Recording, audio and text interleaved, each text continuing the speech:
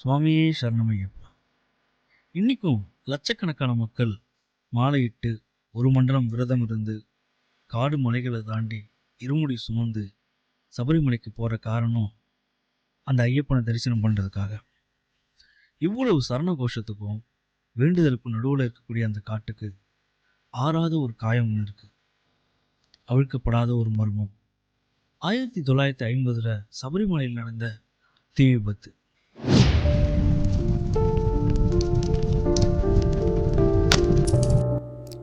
வருஷம் 1950. சுதந்திர இந்தியாவோட வயசு அப்போ 3. கேரளா அந்த நேரத்தில் ஒரு தனி ஸ்டேட்டாக கூட உருவாகலை. திருவிதாங்கூர் சமஸ்தானத்துக்கு கீழே பரவூர் டி.கே. நாராயணன் பிள்ளை ஆட்சியை செஞ்சிட்டு இருந்தார். இன்னைக்கு இருக்க மாதிரி சபரிமலைக்கு அப்போ எளிதான போக்குவரத்து வசதிகள் கிடையாது. சாலைகள் இல்லை, தங்கும் விடுதிகள் இல்லை, கடைகள் இல்லை. கண்ணு கெட்டின தூரத்துக்கு வெறும் காடு மட்டும்தான் இருக்கும். கிலோமீட்டர் கணக்கில் இருக்கும். உண்மையான பக்தியோடு போனால் மட்டும்தான் இந்த பயணத்தை முடிக்கவே முடியும். எங்கள் அம்மா சொல்லி கேட்டிருக்கேன், அந்த டைமில் சபரிமலைக்கு வழி அனுப்பணும்னா அழுதுகிட்டே தான் வழி அனுப்புவாங்களாம். ஏன்னா அந்த பயணம் அவ்வளோ எளிதானதாக இல்லை, வாழ்வுக்கும் சாவுக்கும் நடுவில் தான் இருந்துச்சு. ஜூன் 14, 1950. கோவிலோட நம்பூதிரி மாத பூஜைக்காக சபரிமலைக்கு வராரு. ஆனால் அவர் அங்கே பார்த்த விஷயம் அவரை உரைய வச்சிருச்சு. சன்னிதானம் முழுவதுமா சிதிலம் அடைஞ்சிருந்துச்சு. மேற்கூரை காணாமல் போயிருந்துச்சு. மண்டபம் முழுவதுமா எரிஞ்சு போயிருந்துச்சு. சுவர்கள் எல்லாமே கரிப்படைஞ்சிருந்துச்சு. இது எல்லாத்துக்கும் மேலே சன்னிதானத்துக்குள்ள ஐயப்பனோட விக்கிரகம் துண்டிக்கப்பட்டு இருந்துச்சு. விக்கிரகத்தோட தலையும் கையும் துண்டிக்கப்பட்டு இருந்துச்சு.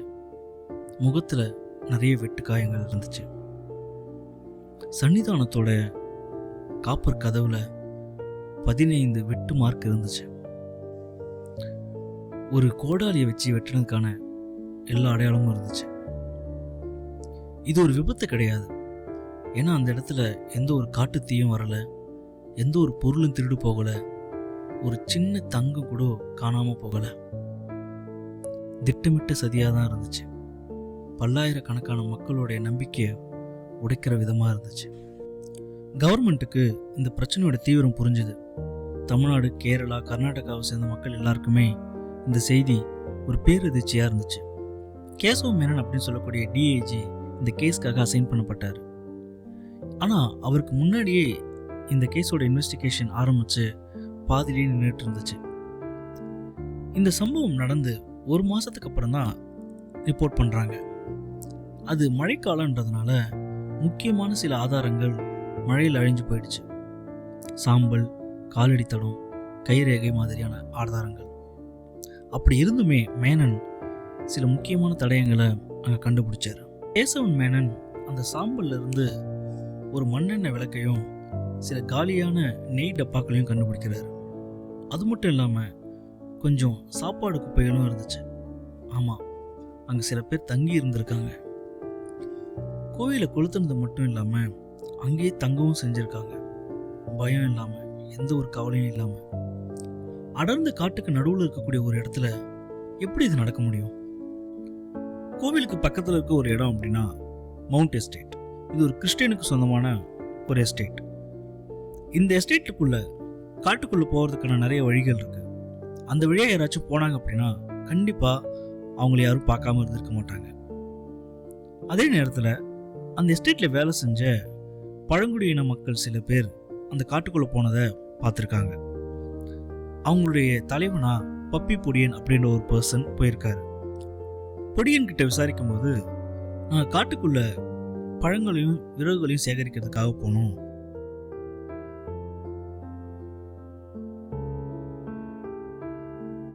அப்போ ஐயப்பன் கோயிலில் போய் தரிசனம் பண்ணுறதுக்காக போகும்போது 18 படி மேலே ஏறி பார்க்கும்போது அந்த கோவில் எரிஞ்சு போயிருந்துச்சு. அது மட்டும் இல்லாமல் மழையில் நனைஞ்சு இருந்துச்சு அப்படின்னு சொல்கிறாங்க. அதே மாதிரி இந்த பொடியன் அவங்க நண்பர்கள் எல்லாம் திரும்பி வரும்போது நீலகண்டன் அப்படின்ற இன்னொரு பழங்குடியின நபரை அந்த பகுதியில் பார்த்ததா சொல்கிறாங்க.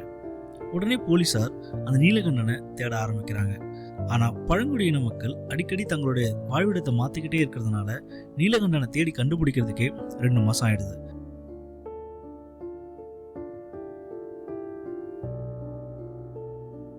கடைசியாக ஆகஸ்ட் மாதம் 20ஆம் தேதி நீலகண்டனை கண்டுபிடிக்கிறாங்க. நீலகண்டன் கிட்ட விசாரிக்கும் போது நீலகண்டன் என்ன சொல்கிறாருன்னா, நான் ஒரு பொண்ணு தேடி அந்த பக்கம் போனேன். அப்போது கோயில் இருக்க பகுதியிலேருந்து புகை வர ஆரம்பிச்சது. நான் காட்டு தீயோன்னு நினச்சி பயந்து அங்கேருந்து ஓடி வந்துட்டேன் அப்படின்னு சொல்கிறாரு. ஒருவேளை பொடியன் மற்றும் அவங்க நண்பர்கள் இது பண்ணியிருந்தாங்க அப்படின்னா அவங்க நீலகண்டனை பற்றி சொல்கிறதுக்கு தேவையில்லை. அதனால் இவங்க 2 பேரும் இந்த சம்பவத்தை பண்ணதுக்கு வாய்ப்பு இல்லைன்னு முடிவுக்கு வந்தாங்க. அடுத்த கட்டமாக போலீஸாருடைய சந்தேகம் யார் மேலே போச்சு அப்படின்னா, இல்லீகலாக காட்டுக்குள்ளே வேட்டையாடக்கூடிய நபர்கள் மீது. அதில் பைலின்ற ஒரு பர்சன் கிட்ட விசாரணை நடத்தும் போது முன்னுக்கு பின்னான நிறைய தகவல்களை சொன்னார். ஆனால் உறுதியான எந்த ஆதாரமும் இல்லாததுனால எந்த ஆக்ஷனும் எடுக்க முடியல. கடைசியாக மேனன் 38 பக்க அறிக்கை ஒன்று கோர்ட்டில் சமர்ப்பிச்சார். அதில் ரொம்ப தெளிவாக இந்த சம்பவம் திட்டமிட்டு மத நோக்கத்துக்காக தான் பண்ணப்பட்டுச்சு அப்படின்றத மென்ஷன் பண்ணார். இருந்தாலும் போதிய ஆதாரங்கள் கிடைக்காதனாலையும் அந்த பகுதியில் மத கலவரங்கள் உருவாதுக்கான வாய்ப்புகள் அதிகமாக இருக்கிறதுனாலையும் எங்களால் இந்த கேஸை எங்களால் முடிக்க முடியல அப்படின்னு சொல்லியிருந்தார். மேனன் தன்னோட அறிக்கையில் இந்த கேஸ் முடிக்காமல் போனதுக்கு 3 காரணத்தை சொல்லியிருந்தார். முதல் காரணம், இந்த சம்பவம் நடந்து 1 மாதத்துக்கு அப்புறம் தான் ரிப்போர்ட் பண்ணாங்க. அது மழைக்காலன்றதுனால முக்கியமான சில ஆதாரங்கள் தண்ணியில் அழிஞ்சு போயிடுச்சு. 2வது காரணம், இந்த சம்பவத்தை முதல்ல நேரில் பார்த்தது குருக்களும் அவங்க கூட போனவங்களும்.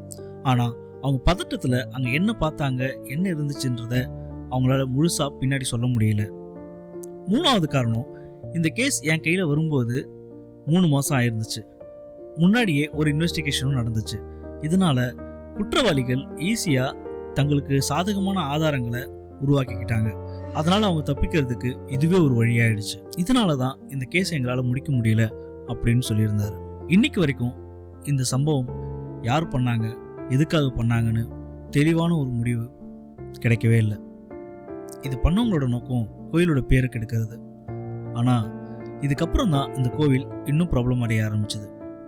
அது எப்படின்றத இன்னொரு வீடியோவில் சொல்கிறேன். சுவாமியே சரணமையப்பா. மறக்காமல் நம்ம சேனலை சப்ஸ்கிரைப் பண்ணிக்கோங்க.